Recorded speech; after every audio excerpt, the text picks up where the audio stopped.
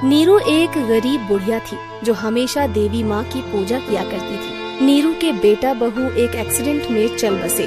फिर उसकी पोती उसके पास ही रहने लगती है।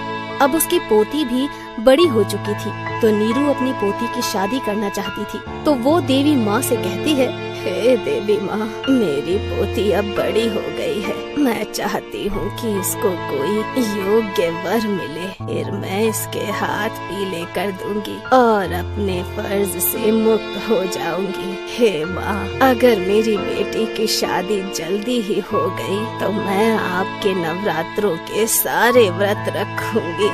नीरू ऐसा बोलकर देवी माँ के चरणों में प्रणाम करती है और उठकर चली जाती है। तभी उसकी पोती उससे कहती है, दादी माँ, आप देवी माँ की इतनी भक्ति करती हैं, क्या देवी माँ आपकी विनती सुनती हैं? क्या एक बार में वो लोगों की बात सुनती हैं? बेटा, देवी माँ सबकी विनती सुनती हैं, वो मेरी विनती भी सुनेगी। और बेटा, तुम्हें भी देवी माँ की पूजा करनी चाहिए और उनसे आशीर्वाद लेना चाहिए।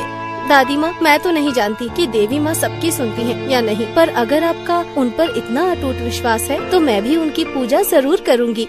बहुत अच्छे मेरी बच्ची, अब देखना देवी माँ तुम्हारे जीवन को कितना सुंदर बना देंगी और जल्दी ही एक योग्य वर से तुम्हारी शादी करवा देंगी। ऐसा कहकर नीरू सो जाती है। तभी रात में उसे यमदूत जी दिखाई देते हैं और वो नीरू से बोलते हैं, नीरू, चलो मेरे साथ, हम तुम्हें लेने आए हैं। आप कौन हैं और मुझे अपने साथ क्यों लेके जाना चाहते हैं?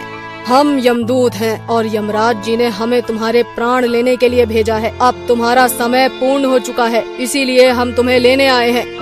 ये सुनकर नीरू घबरा जाती है और यमदूत जी से बोलती है, यमदूत जी, ऐसा ना कहें, मेरी पोती विवाह योग्य है और उसका मेरे अलावा दुनिया में कोई नहीं है। अगर आप मुझे अभी लेकर चले गए तो मेरी पोती की शादी कैसे होगी? मैं चाहती हूँ कि मेरी पोती की शादी मेरी आँखों के सामने हो जाए, जिससे उसे बाद में कोई परेशानी ना हो।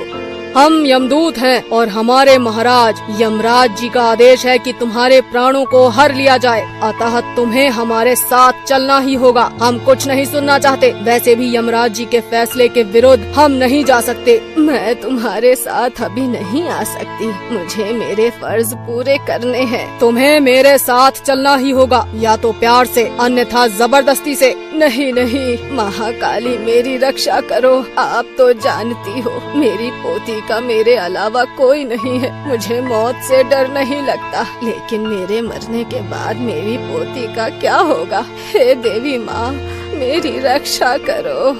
नीरू, हमारी बात मान लो, हम काल के दूत हैं, तुम्हें हमारे साथ चलना ही होगा। अगर तुम काल के दूत हो तो मैं भी महाकाली की पुजारिन हूँ, जो काल से भी बड़ी है, और तुम देख लेना वो मेरी रक्षा अवश्य करेंगी। ठीक है, अगर तुम चाहती हो कि हम तुम्हारे साथ जबरदस्ती करें तो ये ही सही, पर हम अपने प्रभु का कहना अवश्य मानेंगे। फिर यमदूत बुढ़िया को छूते ही है कि उन्हें एक जोर का झटका लगता है। अरे, ये कैसा झटका था? आज तक हमने इतने लोगों के प्राण हरे हैं, लेकिन कभी ऐसा नहीं हुआ। आखिर ये सब कैसे हो रहा है? तभी महाकाली की आवाज यमदूत के कानों में पड़ती है। यमदूत, मैं तुम्हें आदेश देती हूँ कि तुम अभी नीरू के प्राणों को नहीं हरोगे। जब मेरा आदेश होगा तब तुम नीरू के प्राण को अपने साथ ले जाना, पर तब तक तुम इसे कोई नुकसान नहीं पहुँचाओगे। तुम कौन हो जो हमें ऐसे आदेश दे रही हो? हम सिर्फ अपने प्रभु यमराज का आदेश मानते हैं, उनके अलावा किसी का नहीं मानते।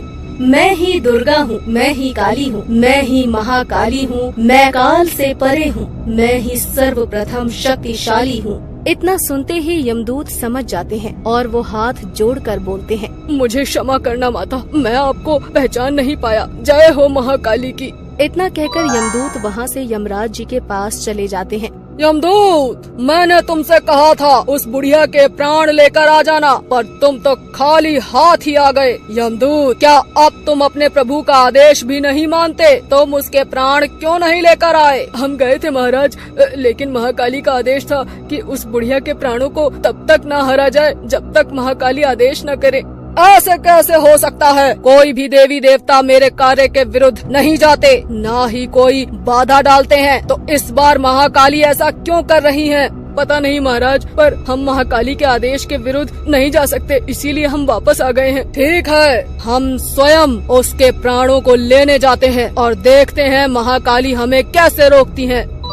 फिर यमराज बुढ़िया के घर पहुंच जाते हैं और उसके प्राणों को हरने की कोशिश करते हैं, लेकिन जैसे ही वो बुढ़िया के शरीर को छूते हैं तो यमराज के शरीर में कंपन आ जाती है, जिस कारण यमराज क्रोधित होकर कहते हैं, किस शक्ति का इतना साहस है जो मुझे इसके प्राण लेने से रोक रहा है? सामने आओ, जो भी मेरे कार्य में बाधा बन रहा है, अन्यथा अंजाम सही नहीं होगा। तभी महाकाली की आवाज आती है, हे यमदेव, आप भूल रहे हो कि मैंने आपके यमदूत को कहा था कि जब तक मेरा आदेश न हो आप इस बुढ़िया के प्राण नहीं हरोगे। पर महाकाली, ये होनी है और ये तो होकर ही रहेगी, इसे कोई नहीं टाल सकता। इसे ना ही आप टाल सकती हैं, ना ही मैं, ये ही विधि का विधान है। फिर यमराज जी बुढ़िया के प्राणों को दोबारा खींचने की कोशिश करते हैं तो महाकाली गुस्से में आ जाती हैं और वो यमराज जी के शरीर को बहुत छोटा बना देती हैं। ये देखकर यमराज जी बहुत घबरा जाते हैं और गायब होकर ब्रह्मदेव के पास पहुंचते हैं और बीती हुई घटना ब्रह्मदेव को बताते हैं। यमराज जी, आप तो जानते हैं माँ दुर्गा समस्त शक्ति है और समस्त सृष्टि की संरचना भी वही है। अगर आपको पहले की तरह होना है और महाकाली के इस बंधन से मुक्ति पानी है तो आपको माँ दुर्गा का ध्यान करना होगा, वही आपको इससे मुक्त करा सकती है। ठीक है ब्रह्मा जी, आप जैसे कहेंगे हम वैसा ही करेंगे। हम दुर्गा माँ का ध्यान करेंगे और उन्हें प्रसन्न करेंगे। यमराज जी, कल से नवरात्रि भी शुरू होने वाली है। देवी माँ को खुश करने के लिए ये 9 दिन बहुत महत्वपूर्ण है। आप माँ दुर्गा के 9 रूपों की आराधना करो, माँ आपके कष्टों का निवारण अवश्य करेंगी। फिर यमराज जी माँ दुर्गा के नवरात्रों को रखना शुरू करते हैं। उधर नीरू भी सुबह उठती है और बोलती है, क्या सच में कल रात यमदूत मेरे प्राणों को लेने आए थे? पर अगर वो सच में आए थे तो बिना मेरे प्राण लिए वापस कैसे चले गए? जो भी हो, ये सब मेरी महाकाली का चमत्कार है। फिर नीरू भी बड़ी श्रद्धा से महाकाली के नवरात्रि के व्रत को पूर्ण कर लेती है। यमराज जी के नवरात्रि पूरी होते ही दुर्गा माँ उनके सामने प्रकट होती हैं। हे यमराज, मैं तुम्हारी आराधना से प्रसन्न हूँ, बताओ तुम्हें क्या वरदान चाहिए? माँ, मुझे मेरा पहले जैसा ही शरीर चाहिए। मैंने अज्ञानता में गलती कर दी और मैं महाकाली की शक्ति को पहचान नहीं पाया। हे माँ, मुझे क्षमा करें।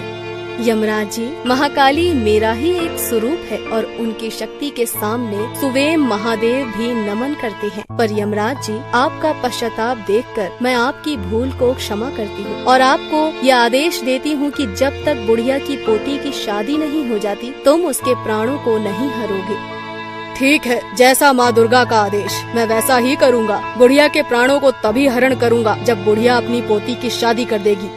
फिर महाकाली माँ दुर्गा की बात मानकर यमराज जी को दोबारा से पहले जैसा बना देती हैं। फिर कुछ ही दिनों में बुढ़िया को एक अच्छा वर मिल जाता है और वो अपनी पोती की शादी कर देती है। फिर यमराज जी बुढ़िया के सामने प्रकट होते हैं। नीरू, अब तुम्हें हमारे साथ चलना होगा। यमराज जी, अब मुझे चलने में कोई संकोच नहीं है। हे महाकाली, मुझे पता है आपने ही उस वक्त मेरे प्राणों की रक्षा की थी और मैं चाहती हूँ कि आप अपने समस्त भक्तों पर ऐसी ही कृपा दृष्टि बनाए रखें। जय हो महाकाली की।